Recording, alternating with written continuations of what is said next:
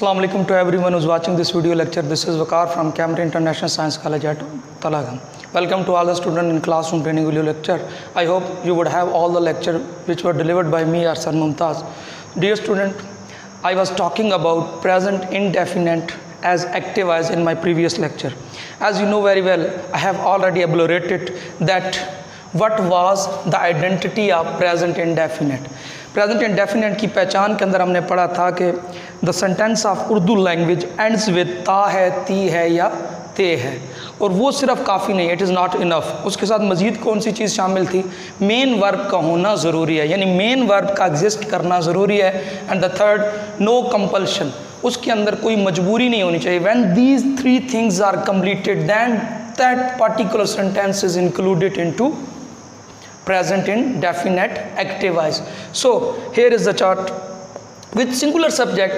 The sequence is already there, SVO, subject, verb and object. This sequence is related to active voice. When you are going to construct the sentences from Urdu to English in active voice, then you would have to follow in English language this sequence, SVO, subject, verb and object. If you are not going to follow this sequence, then you would not be able to construct the sentence from Urdu to English language as active voice. So with singular subject, the sequence is already exist there. With singular subject, verb first form plus es and s. Object with plural subject, just verb, object, आई के साथ आप verb, object, you के साथ just verb की first form and object. अब यहाँ पे एक क्वेश्चन आता है कि ई एस का इजाफा कहाँ पे होगा? अगर at the end of the verb ये लफ्ज़ आ जाए O double S C H S H and X, अगर वर्ब के एंड पे O double S C H S H and X आ जाए तो फिर आप ई एस का इजाफा, यानी there will be addition of E S, but if there is no this word at the end of the verb, then you are going to use just only s. आप सिर्फ क्या उसके अंदर इस्तेमाल करेंगे? s का इस्तेमाल करेंगे, वहाँ पे आप es का इस्तेमाल नहीं करेंगे। अब देखिए यहाँ पे सारा अगर चार्ट देखें तो एक ही बात समझ आ रही है कि जस्ट सिंगुलर सब्जेक्ट के साथ, और सिंगुलर सब्जेक्ट क्या होते हैं अगर आसानी के लिए आप देखें तो जिनके एंड पे है आता है according to this tense, present indefinite active voice, तो वो क्या होते हैं? उनके अंदर जो सब्जेक्ट है वो सिंगुलर होता है, यानी काम करने वाला, यानी there is only one person who is performing an action that particular sentence, तो वो उसके अंदर एक होता है, इसलिए हमें एस या ई एस का इजाफा करना पड़ता है। बाकी जो चीज़ भी आ जाए, जो भी सब्जेक्ट आ जाए, वो प्लूरल सब्जेक्ट हो, आई हो, यू हो, you are not going to add S or E S, आप नहीं ऐड करेंगे, but you have to just follow the sequence of S V O, subject, verb and object, और इसके अंदर हमेशा क्या है? फर्स्ट फॉर्म ऑफ वर्ब लगती है। अब एग्जाम्पल लेते हैं, वो परिंदे खरीदता है। Let me explain it. And पे क्या आ रहा है? ता है, ती है। अब मैंने आपको बताया था कि जब आपके सामने उर्दू लैंग्वेज का कोई भी जुमला आ जाए, first of all you are going to indicate the verb. आपने क्या करना है? पहले उसके अंदर वर्ब को इंडिकेट करना है। तो हेयर इज़ द वर्ब, क्या है यहाँ पे? ख़रीदना, क्या है यहाँ पे? वर्ब है। एंड हु इज़ बाइंग, कौन ख़रीद रहा है? तो वो, ये क्या बन गया? ऑब्जेक्ट। और किस चीज़ को ख़रीदा जा रहा है? परिंदों को, तो ये आपका क्या बन गया? ऑब्जेक्ट। वो सब्जेक्ट हो गया, परिंदे ऑब्जेक्ट है, और ख़रीदता क्या है? वर्ब है। Now we are going to put these three things in this sequence, इसके अंदर हम पुट करेंगे तो आपका जो जुमला है वो कंस्ट्रक्ट हो जाएगा, वो कंप्लीट हो जाएगा। अब यहाँ पे ही, अब देखिए एंड पे है आ रहा है, इट मीन्स कि इसके अंदर जो काम करने वाला है, there is only one person who is performing an action, तो यहाँ पे काम करने वाला सिर्फ एक बंदा है, तो हमें अब एस या ई एस का इजाफा करना पड़ेगा, तो वो इसको देख के करेंगे। एंड पे कहीं इनमें से, इन 5 वर्ड्स में से कोई चीज़ आ रही है, कोई वर्ड आ रहा है, तो फिर आप किसका इजाफा करोगे? ई एस का, otherwise you are going to add only S. ही, ख़रीदना, बाय। अब देखिए वाई इस लिस्ट के अंदर नहीं है, इट मीन्स हमें सिर्फ क्या ऐड करना है? एस ऐड करना है। ही बायज, ऑब्जेक्ट हमारा क्या था? Birds. He buys the bird. Next, वो स्कूल जाती है। एंड पे क्या आ रहा है, इट मीन यहाँ पे फिर जो सब्जेक्ट इस्तेमाल हुआ है वो सिंगुलर है। अब यहाँ पे लड़की की बात हो रही है तो शी, जाना गो, अब वो इस लिस्ट में शामिल है। अब गोज बन जाएगा, यानी ई एस की क्या हो जाएगी, addition, she goes to school.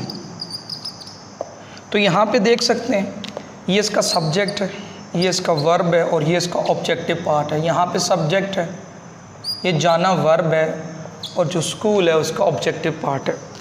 एक और एग्जांपल लेते हैं, मैं ख़त लिखता हूँ।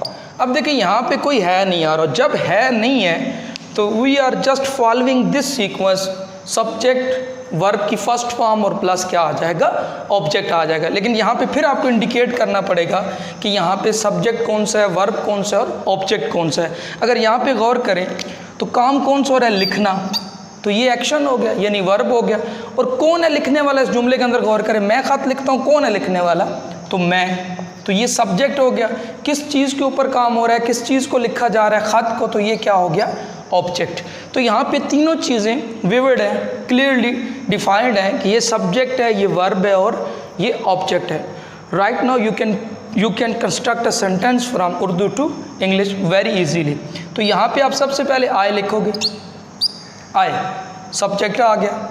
अब लिखना की इंग्लिश क्या होती है, right. There is no addition of SRES in this sentence because the subject is not singular. I को आप singular नहीं लिख सकते, आपने हमेशा यहाँ पे I के साथ right ही लिखना है, इसके साथ S या ES का इजाफा। U और I इसको ना singular में ऐड किया जाता है ना प्लूरल के अंदर ऐड किया जाता है, इसकी हमेशा अलहदा आइडेंटिटी एंड इंग्लिश लैंग्वेज, इसको हमेशा अलहदा से इसके साथ जो भी टर्म्स एंड कंडीशंस हैं वो ऐड की जाती हैं। I write a letter, मैं ख़त लिखता हूँ। तो यहाँ पे भी आप देख सकते हैं ये आपका सब्जेक्ट, ये आपका वर्ब और ये आपका ऑब्जेक्ट है। Take a screenshot of it and after going that I am explain you further about this topic.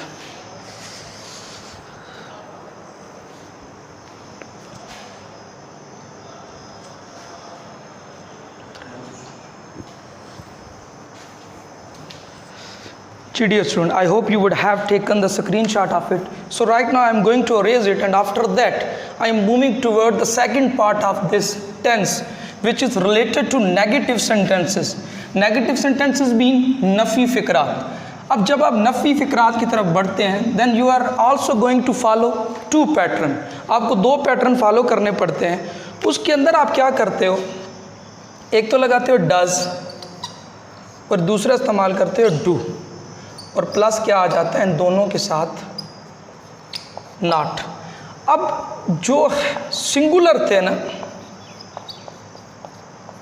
जिनके अंदर सब्जेक्ट सिंगुलर था, एंड पे है आ रहा था, उनके साथ आप डू डज नॉट का इस्तेमाल करोगे एंड विद अदर, और बाकियों के साथ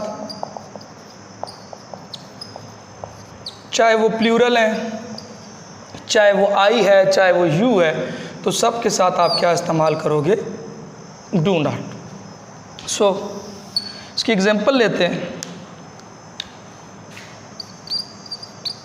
वो ख़त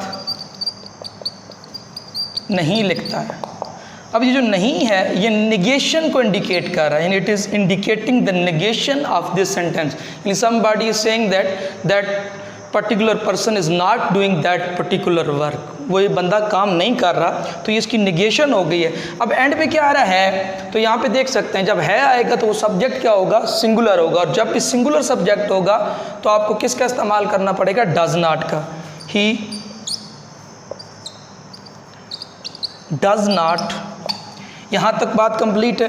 अब एस और ई एस का जो एडिशन थी ना वो ख़त्म हो जाती है, यानी अब एस और ई एस की एडिशन नहीं होगी, बल्कि सिर्फ क्या आएगा, first form of the verb. He does not, अब राइट्स नहीं होगा, सिर्फ राइट होगा। He does not write a letter. अब अगर यहाँ पे एक और सेंटेंस लेते हैं, हम परिंदे नहीं खरीदते हैं। अब यहाँ पे भी नेगेशन और एंड पे हैं आ रहा है, तो जब है नहीं है इट मीन्स कि ये सिंगुलर नहीं है, और जब सिंगुलर नहीं है तो यहाँ पे लिख दिया है कि with every subject you are going to use do not. तो यहाँ पे सब्जेक्ट क्या है हमारा वी, इसको वी भी कहते हैं और वी भी कहते हैं, वी। अब डज नहीं आएगा, डू आएगा, क्योंकि यहाँ पे सिंगुलर नहीं, we do not first form of verb just आएगी बाय द बर्ड्स। अब यहाँ पे द बर्ड्स इसलिए लिखे, अगर होता सिंगुलर एक बर्ड होता तो आ बर्ड लिखते या ए बर्ड लिखते, जिसको ए भी बोलते हैं आ भी बोलते हैं, but here we have used the article the. Why? क्योंकि यहाँ पे प्लूरल सब्जेक्ट है, सिंगुलर नहीं है, तो जब प्लूरल आया है तो आप ए यहाँ पे लिख ही नहीं सकते, ए बर्ड्स हो ही नहीं सकता। तो ये इसकी थी नेगेशन।